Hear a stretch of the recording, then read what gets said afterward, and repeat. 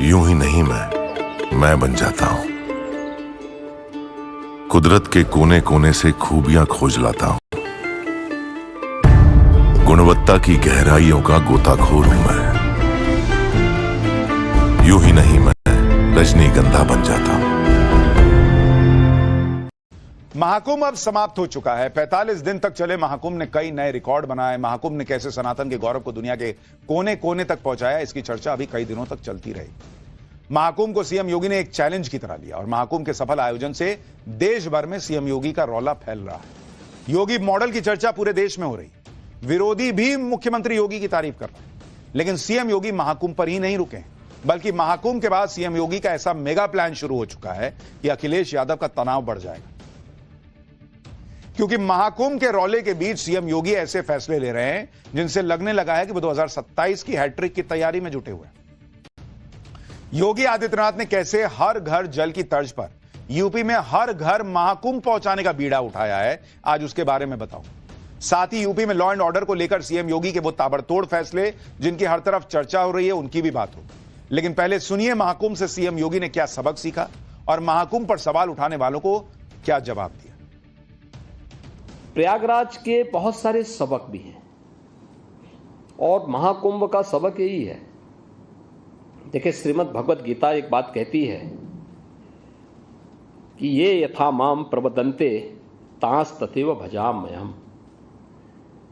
यानी श्रीमद् भगवत गीता में भगवान कहते हैं कि जो मुझे जिस दृष्टि से देखता है, जिस रूप में भजता है, मैं उसको उसी रूप में दिखाई देता हूं। जिसने जिस रूप में प्रयागराज को देखा, महाकुंभ को जिस रूप में देखा, उसको वही दर्शन वहां हुए भी, और हर तबके के व्यक्ति को उसके अनुरूप वहां सामग्री भी मिले। महाकुंभ भले ही समाप्त हो चुका है, लेकिन सीएम योगी ने ऐसा मेगा प्लान शुरू किया है कि अखिलेश देखते रह गए। दरअसल महाकुंभ से जो सनातनी आस्था की लहर उठी और लहर अभी थमती हुई दिख भी नहीं रही। यूपी के भी कई लोग ऐसे हैं जो अलग अलग वजहों से महाकुंभ में स्नान करने नहीं पहुंच पाए। ऐसे लोगों के लिए सीएम योगी ने अनूठी पहल शुरू की है। ऐसे लोगों को उनके घरों पर ही संगम स्नान कराने का प्लान तैयार किया गया है, जिसके लिए यूपी के हर जिले तक संगम का पवित्र जल अब पहुंचाया जा रहा है। इस अभियान के लिए महाकुंभ में ड्यूटी के लिए पहुंची फायर ब्रिगेड की गाड़ियों का इस्तेमाल हो रहा है। फायर ब्रिगेड की गाड़ियां संगम का पवित्र जल लेकर प्रयागराज से अपने अपने जिलों के लिए निकल रही हैं। वहां स्थानीय प्रशासन की मदद से संगम के जल को लोगों में बांटा जा रहा है ताकि वो इस पवित्र जल से स्नान कर सके। मतलब कई ऐसे लोग जो नहीं आ पाए किसी वजह से, कुछ लोग मान लीजिए सामर्थ्य नहीं था कि भाई इस तरह से जाएं, चल पाएं, या कोई और दिक्कत रही होगी। अब आप महाकुंभ नहीं आए तो महाकुंभ आपके घर पहुंचाने का प्लान कर दिया योगी ने, सीएम योगी। यूपी के संभल में भी लोग बेसब्री से महाकुंभ के पवित्र जल का इंतजार करते नजर आए। जैसे ही फायर ब्रिगेड की गाड़ी संगम का पवित्र जल लेकर संभल पहुंची, सबसे पहले उस गाड़ी की पूरे विधि विधान के साथ पूजा की गई। आज संभल के श्रीवंश गोपाल तीर्थ मंदिर और प्राचीन क्षेमनाथ तीर्थ मंदिर के कुंड में संगम से आए पवित्र जल को छिड़का गया। ये देखिए, उस कुंड में संगम का आया हुआ पानी मिला दिया गया ताकि इस कुंड को संगम मानकर लोग आस्था की डुबकी लगा सकें। अगले कुछ दिनों में संगम के पवित्र जल को संभल में सनातनी इतिहास से जुड़े 68 तीर्थों और 19 कूपों में डाले जाने का प्लान है। संभल में संगम का पवित्र जल पहुंचने पर कैसा माहौल रहा, जरा ग्राउंड जीरो से एक रिपोर्ट देखिए। संगम त्रिवेणी का पवित्र जल संभल पहुंच चुका है और यहाँ पर बाकायदा तिलक कर जो है वो मंत्रोच्चार करके इस फायर ब्रिगेड की गाड़ी का स्वागत जो है किया जा रहा है। ये देखिए, पुष्प किया जा रहा है। तो सनातनी परंपरा में किस तरीके से एक फायर ब्रिगेड की गाड़ी जो पवित्र संगम जल लेकर आ रही है, उसका भी मान जो है यहाँ पर बढ़ा हुआ। संगम से लाए हुए पवित्र जल को इस वक्त संभल के बने हुए इस वंश गोपाल तीर्थ के सरोवर में डाला जा रहा है। और आप देखिए, इस वक्त तमाम वो लोग, संभल के तमाम जो निवासी हैं, वो हर हर महादेव का नारा लगाते आपको तस्वीरों में नजर आ। मुख्यमंत्री योगी आदित्यनाथ ने उत्तर प्रदेश के हर जिले तक महाकुंभ के पवित्र जल को पहुंचाने के लिए इंतजाम किया है। इसकी डिटेल आपको बताता हूं। दरअसल फायर ब्रिगेड की 300 से ज्यादा गाड़ियां संगम का पवित्र जल लेकर निकली हैं, जिनकी क्षमता 1200 से लेकर 12,000 लीटर तक की। इन गाड़ियों के जरिए यूपी के सभी 75 जिलों में संगम का पवित्र जल पहुंचाया जा रहा है। इन गाड़ियों से पहुंचे संगम के पवित्र जल को लोगों तक पहुंचाने के लिए हर जिले के डीएम को बाकायदा चिट्ठी भेज दी गई है। 75 जिलों में 3 चरणों में संगम का पवित्र जल पहुंचेगा। पहले चरण में संगम से पवित्र जल लेकर फायर ब्रिगेड की गाड़ियां 21 जिलों में जाएंगी। तो वहां पर अभी कहीं पर मान लीजिए कुंड है, कुछ है, वहां पर इस पानी को मिला दिया जाएगा। जो लोग नहीं आ पाए वो जाके संगम का स्नान करेंगे। एक तरफ सीएम योगी महाकुंभ से जुड़ी सनातन की आस्था को पूरा सम्मान देने में जुटे, दूसरी तरफ महाकुंभ पर सवाल उठाने वाले अखिलेश यादव की पार्टी के नेता अकबर औरंगजेब में अटके हुए हैं। अब समाजवादी पार्टी के नेता अबू आजमी को देखिए, वो औरंगजेब जिसके बारे में हमने आपको पाठशाला में बताया था कि कैसे उसने हिंदू मंदिरों को निशाना बनाया।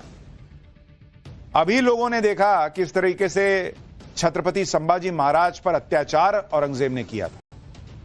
लोग वो फिल्म देखकर रो पड़ रहे हैं। उसी औरंगजेब को अबू आजमी क्रूर शासक मानने से इनकार कर रहे हैं। सुनिए अबू आजमी को, फिर आपको यूपी में हो रहे उस एक्शन के बारे में बताता हूं जिसने विरोधियों को भी सीएम योगी का फैन बना दिया। सब गलत हिस्ट्री दिखाई जा रही है। औरंगजेब रहमतुल्लाह अलैह ने बहुत सारी मंदिरें बनवाई हैं और आप बनारस में जाकर देखेंगे एक बच्ची, पंडित की बच्ची को जब उनका ही एक सिपाही सालार उसके साथ शादी करना चाहता था, उन्होंने उस सिपाही सालार को 2 हाथियों के बीच पैर बांध कर मार दिया और उन पंडितों ने उनके लिए एक मस्जिद बना के दिया वहाँ पर। क्या बात करते हैं, गलत हिस्ट्री। तो आप औरंगजेब को क्रूर शासक नहीं मानते हैं? नहीं, मैं नहीं मानता। औरंगजेब क्रूर शासक नहीं? बिल्कुल नहीं, बिल्कुल क्रूर शासक नहीं मानता। यानी जिस औरंगजेब का इतिहास पटा पड़ा है, बॉस आप उठा के देख लीजिए, इतिहास पटा पड़ा है हिंदुओं पर अत्याचार का, अखिलेश यादव की पार्टी के नेता कह रहे हैं मैं उसको क्रूर नहीं मानता। एक तरफ योगी आदित्यनाथ सनातन की सेवा में जुटे, दूसरी तरफ राज्य में लॉ एंड ऑर्डर के मुद्दे पर सीएम योगी ताबड़तोड़ बंदोबस्त कर रहे हैं। आज संभल के उस इलाके में पुलिस चौकी का निर्माण शुरू हो गया जिसका 24 नवंबर को संभल में भड़की हिंसा से गहरा कनेक्शन। इस इलाके का नाम है दीपा सराय, जहां आज बुलडोजर की मदद से नई पुलिस चौकी की नींव खोद दी गई और पुलिस चौकी बनने की खुशी में मिठाई भी बटी। संभल में बन रही नई पुलिस चौकी पर हमारे सहयोगी की ग्राउंड रिपोर्ट देखिए, फिर आपको इस जगह पर पुलिस चौकी बनाना क्यों जरूरी था इसके बारे में भी बताता हूं। संभल में दीपा सराय के इलाके में चौकी बनने का काम शुरू हुआ है, तो पुलिस के लिए जाहिर तौर पर एक खुशी की खबर है और यहां पर आम लोगों को भी जो है अब यहाँ पर इस चौकी की खुशी में जो है वो मिठाइयाँ जो है वो पुलिस की तरफ से बांटी जा रही हैं। और ये तस्वीर जो है आप इस वक्त देख रहे हैं और खुद एएसपी जो है यहाँ पर संभल पुलिस के श्री चंद, वो बच्चों को सबको यहाँ पर आपको मिठाई बांटते हुए, लड्डू बांटते हुए नजर आ रहे हैं। और जाहिर तौर पर एक लोकतांत्रिक और कानून से चलने वाले देश प्रदेश में एक जगह पर पुलिस के राज की स्थापना और पुलिस के लिए एक चुनौतीपूर्ण जगह में चौकी बनाकर क्राइम कंट्रोल के लिए आगे बढ़ने को जो यूपी पुलिस है वो एक खुशी के तौर पर देख रही है। संभल के जिस दीपा सराय इलाके में नई पुलिस चौकी बनाई जा रही है उसकी जरूरत क्यों पड़ी, ये वजह भी आपको समझनी चाहिए। संभल का दीपा सराय वही इलाका है जहां संभल के सपा सांसद जियाउर रहमान बर्क का घर है। सपा सांसद बर्क को संभल हिंसा के मामले में आरोपी नंबर 1 बनाया गया। बर्क पर 24 नवंबर को हिंसा के लिए लोगों को उकसाने का आरोप है। इसके साथ ही दुबई में छिपा बैठा गैंगस्टर शारिक साठा भी इसी इलाके से है, जिसे जांच के बाद पुलिस ने हिंसा का मास्टरमाइंड बताया।